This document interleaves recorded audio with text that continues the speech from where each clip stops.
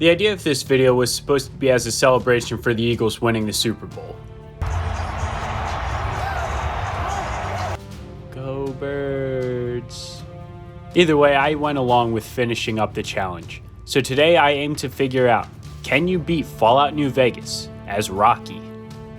What this means is I can only use boxing gloves as a weapon. I was kidnapped while I was running to the art museum and got shot in the head. I woke up and created my character.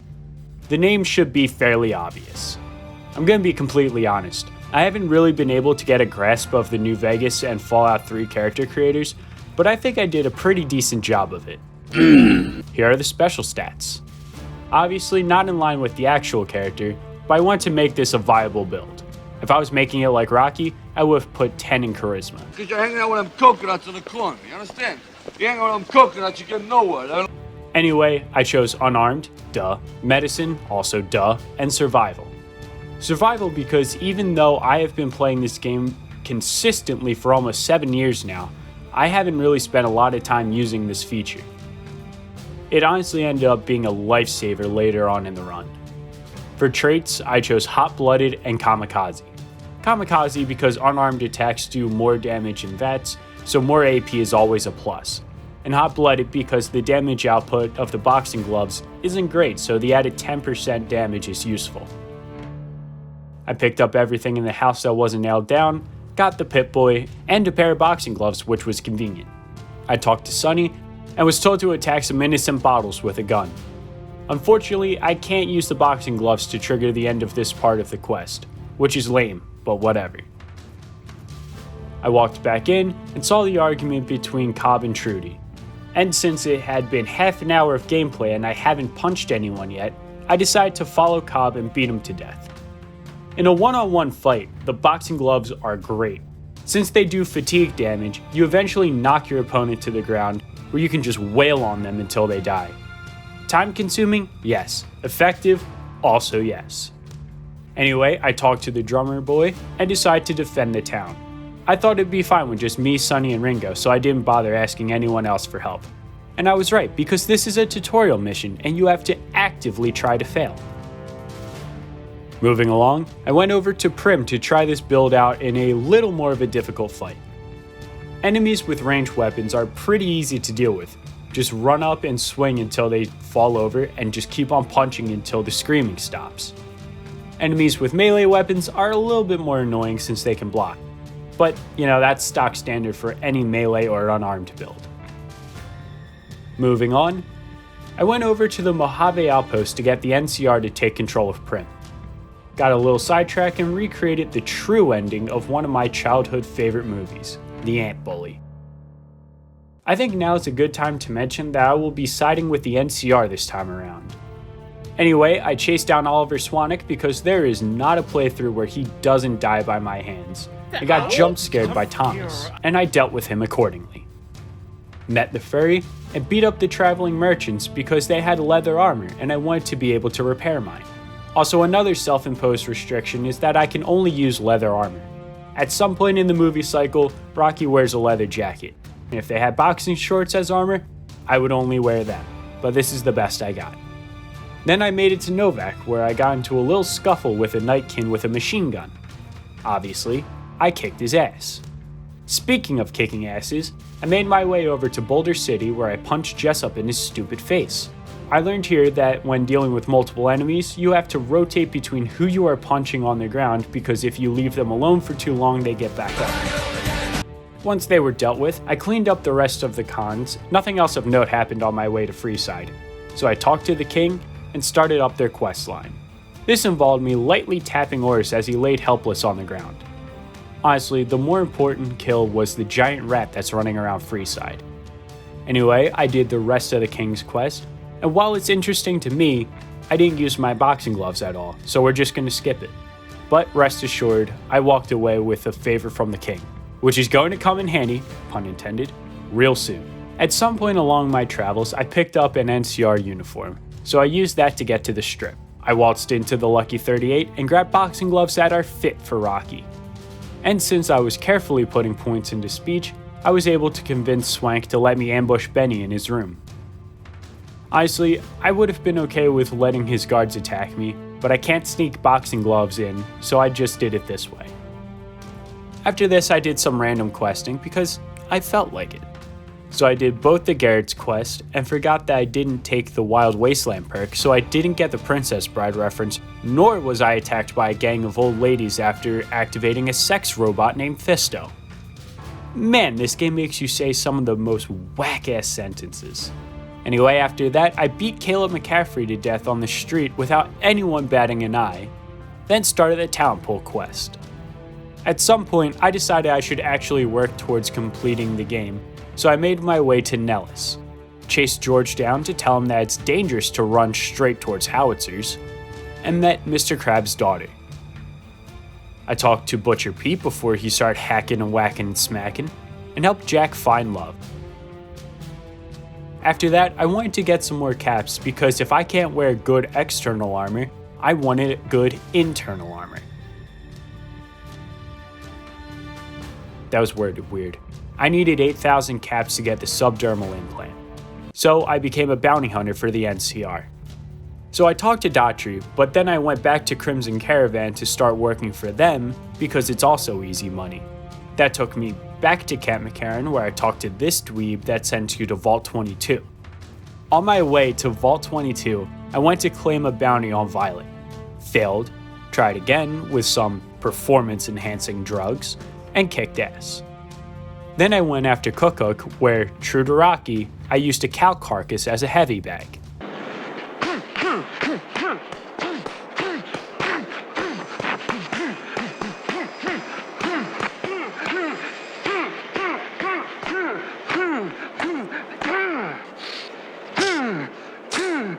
Didn't really need him to be frenzied though. I absolutely kicked his ass too. After that, I had enough money for the subdermal implant, so I got that and went back to tackling the main quest. So I finished up with the boomers and was told to smooth things over with the kings. Because I refused to hurt any of the kings, even Pacer, I used my one favorite to talk the king into ending hostilities between Freeside and the NCR. My next assignment was dealing with the king. Now you can talk to Regis to do the quest to change Papa Khan's mind, or you can get hopped up on drugs and decimate everyone in the Longhouse. And then I moved on to everyone in the camp. Next up was dealing with the Omertas. Like I said earlier, I can't sneak my boxing gloves into the casino. This means that outside of killing everyone, I have to do this completely pacifist. So I pocketed Clandon and took his key. Now I know that you can end the quest there, but I also forced Troik to destroy the guns too, because why not? Then I talked Clandon into leaving. Now here's when things get a little tricky. I can't fight anyone, even after Caccino in the least subtle way hands me a shotgun. So I had to use my speech skill to have Nero kill Big Sal. That leaves Caccino and Nero. First attempt, Caccino looked more like a slice of Swiss cheese than a mobster. Thankfully, the second attempt, Nero forgot how to fire a gun, so Caccino was able to kill him. After that, I was tasked with killing Mr. House. Unfortunately, there's no way to drain his fatigue. Or if I did, I had no way of knowing. Then I was sent to deal with the Brotherhood of Steel. Now usually I would just blow up their bunker, but since I'm siding with the NCR, I'm gonna actually go through their quest line. So I found the Hobbit hole in the ground, stripped, and got a cute choker from the Brotherhood.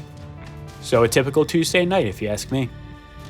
I talked to Dobson and convinced him to leave his bunker. Next up, I was off to recover the mission holotapes. I already got the one that was in the Repcon building, so I was off to beat up one of the Three Stooges and went back to Nellis to get the holotape that was there too. After that, I was off to talk to the three idiots that were out gathering intel. Honestly, I don't remember what they say. I've never listened to them after the first time going through this mission. I got jumped by the Legion on my way to talk to one of the guys, and was barely able to survive. The next time, not so much. And then I finished the game. But I didn't realize I ran out of storage, so I lost all of that footage, and for whatever reason, the most recent save I was able to access was when I was dealing with the Crimson Caravan.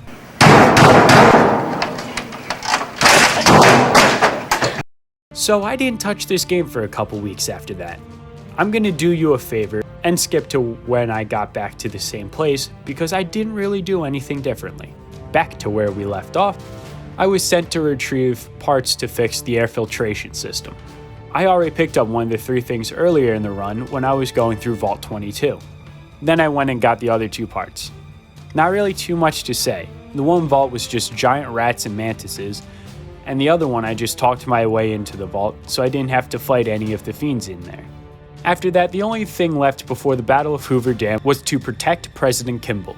So I started the mission and immediately went over to the sniper tower and waited for the Legion assassin. When he popped up, me and the Ranger took care of the situation, and the President hightailed it out of there before I could give the signal to leave. And I saved the day. Oopsie boopsie. Hey, thankfully this guy didn't notice. Nothing is going to happen to the president on my watch.